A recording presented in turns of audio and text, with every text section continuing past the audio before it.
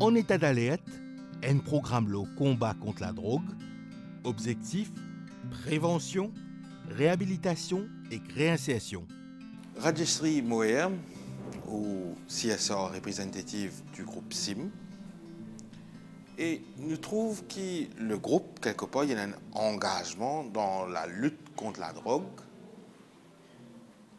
Qui fait ça l'engagement-là?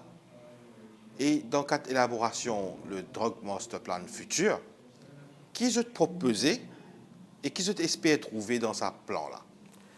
Ok, oui, c'est vrai que le CIM Group y engage depuis 2018 contre la prévention, surtout pour la prévention de la drogue.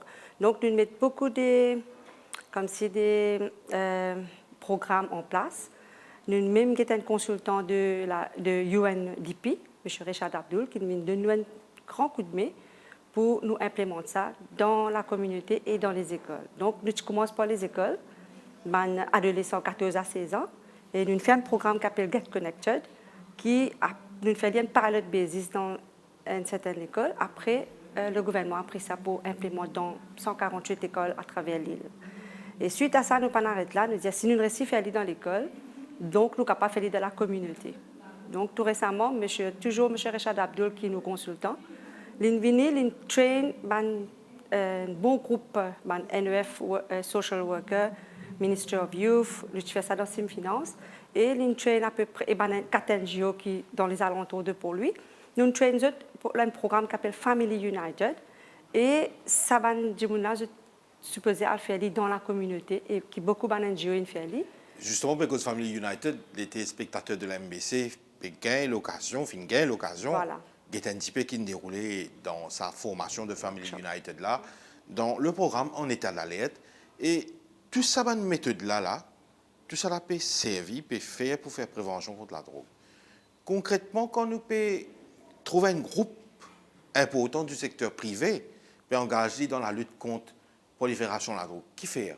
Parce que premièrement, aussi, finance, comment je connais, nous basons à Port-Louis, le head office, et majorité la drogue nous trouve dans les faubourgs de Port-Louis. Donc ça interpelle nous, et surtout quand nous pémorcer le chemin, quand nous passons au jardin de compagnie, nous trouvons beaucoup de personnes droguées.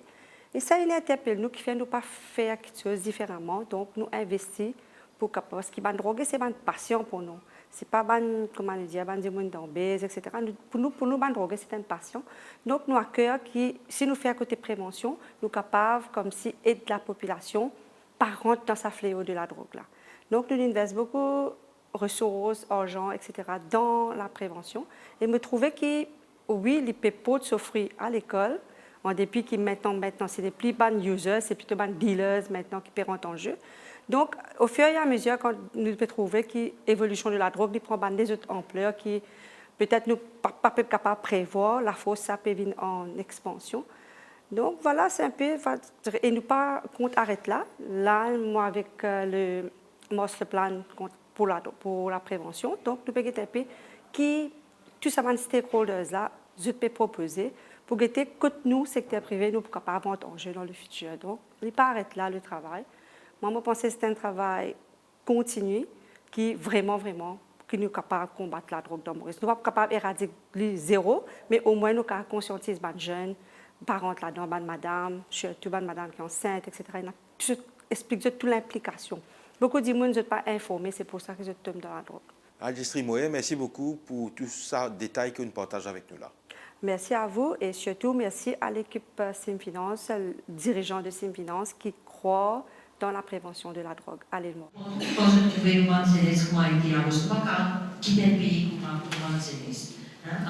Qui nous a 38 ans, nous l'avons 38 ans, on peut continuer, mais après le monde, ça n'a rien. Donc tout ça là, ils vont tout dire, nous faire une ouverture, pour un jeune, c'est intéressé.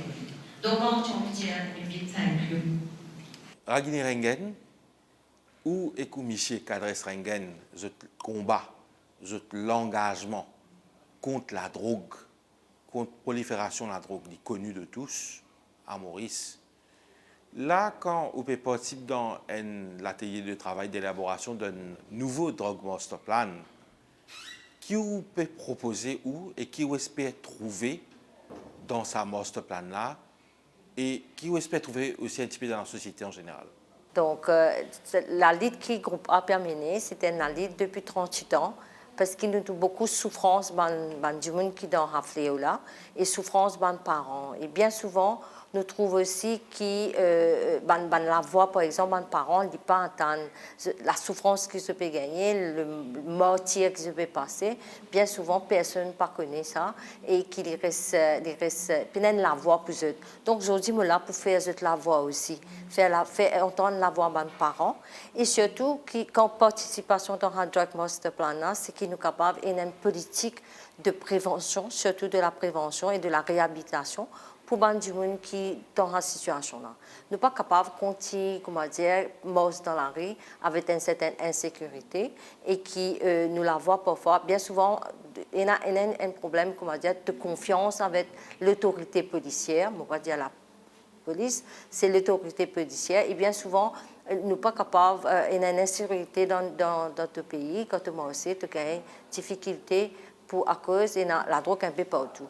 Donc, nous besoin pour nos enfants, l'avenir de nos enfants et l'avenir de nos pays même, parce que demain, c'est ces enfants-là qui besoin amener nos pays. C'est eux qui besoin dans une place clé.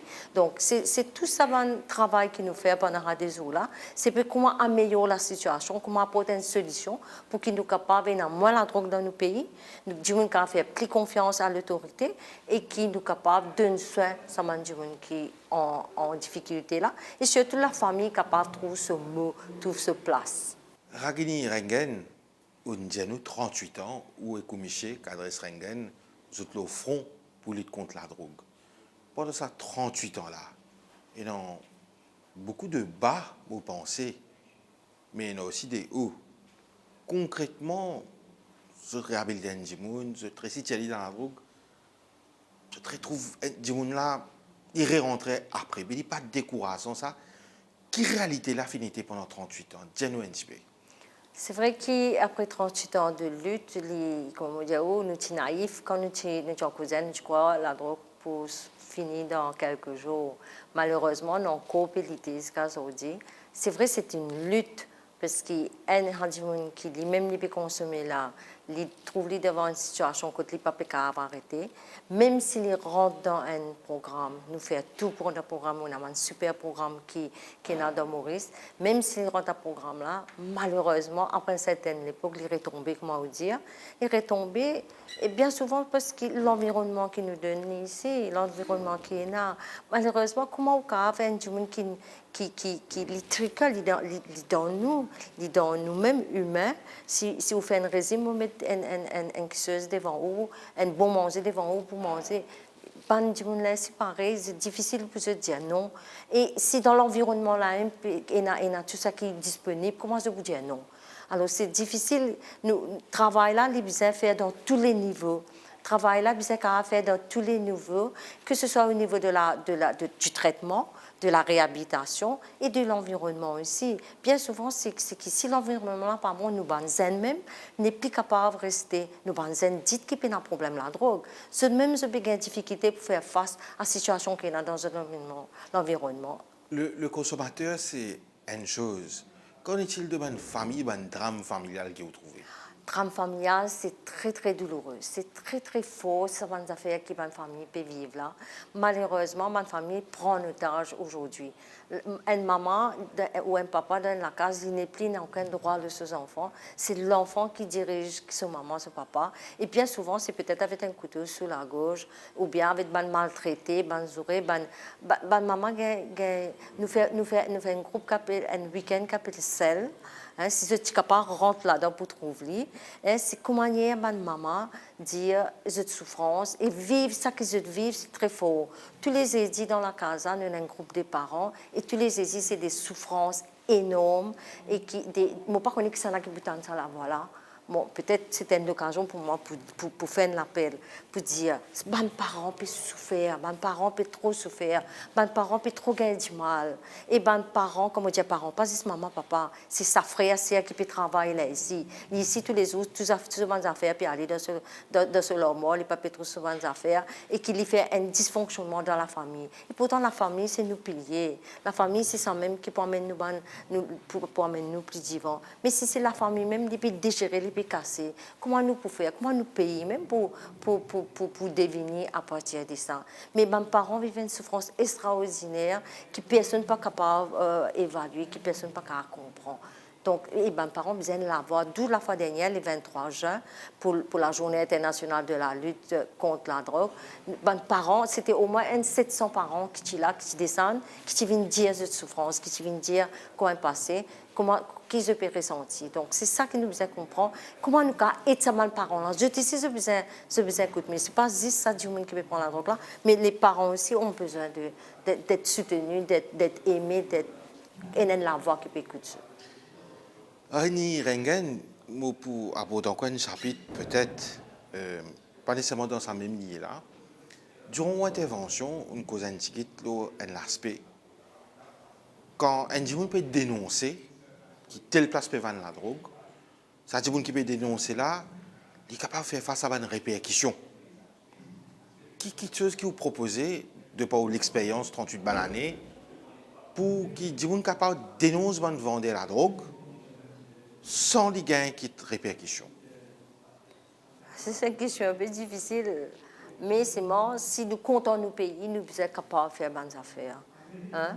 C'est que premièrement, nous avons une certaine confiance dans la police qui a rien entre nous et dans la force policière qui nous a rien entre nous et que la communauté est capable de dire bonnes affaires, qui ne peut pas gagner répercussions pour ça pas tomber en lui-même.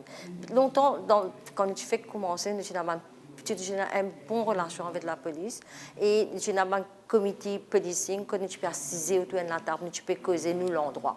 Chaque endroit, tu as ce petit comité, comment dire capable de causer. Nous sommes camarades, la police a fait camarades avec nous pour que nous soyons capables.